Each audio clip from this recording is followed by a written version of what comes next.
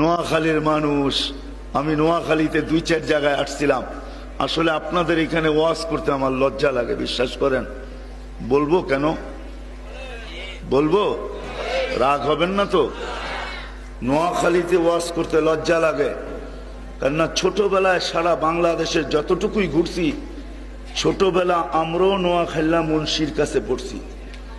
সারা বাংলাদেশে ছড়ায়া ছিটায়া নামাজ, রোজা, হজ, যাকাত, মোটা মোটা বিদ্যা সারা বাংলাদেশের গ্রাম গঞ্জে নোয়াখালী মুন্সিরা দিত।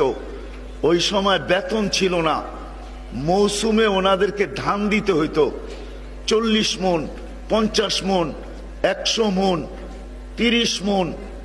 কি হুজুর মাথা নিচে করেন না? এরকমই ছিল না হুজুর? হুজুর এরকমই ছিল না? আমিও নোয়াখালী মুন্সির কাছে সর্বপ্রথম কায়দা নিছি। উনি দুনিয়ার থেকে বিদায় নিয়ে চলে গেছে, ওই সময় বৃদ্ধ ছিল। আল্লাহ কবরকে নূর দিয়া বেড়া দেখ। যারা সারা বাংলাদেশকে নামাজ, রোজা সবকিছু শিখাইছে, ওনাদের ওইখানে ওয়াজ করতে আমার লজ্জা লাগে, বিশ্বাস করেন। আমি দিলের কথা বলতেছি। আমার নোয়াখালীতে ওয়াজ নিতেও লজ্জা লাগে, করতেও লজ্জা লাগে।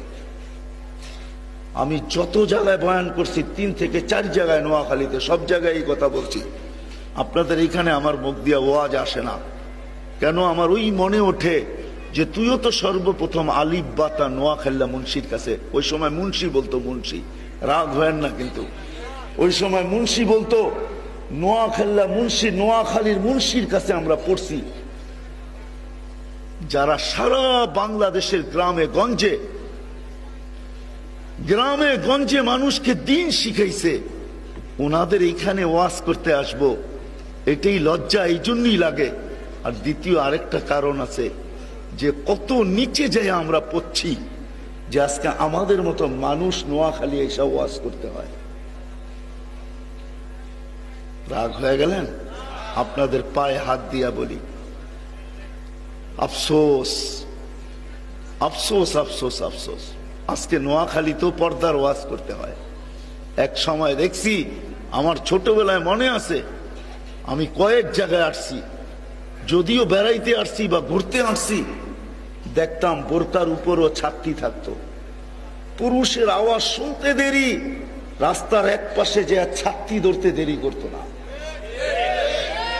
ছোটবেলা দেখছি নৌকা ছাউনি দেওয়া থাকতো, তার উপরও কাপড় পেঁচানো হইতো। আজকে নোয়াখালীতেও পর্দার ওয়াজ করতে হয়। আফসোস, আমরা কত নিতে পারছি।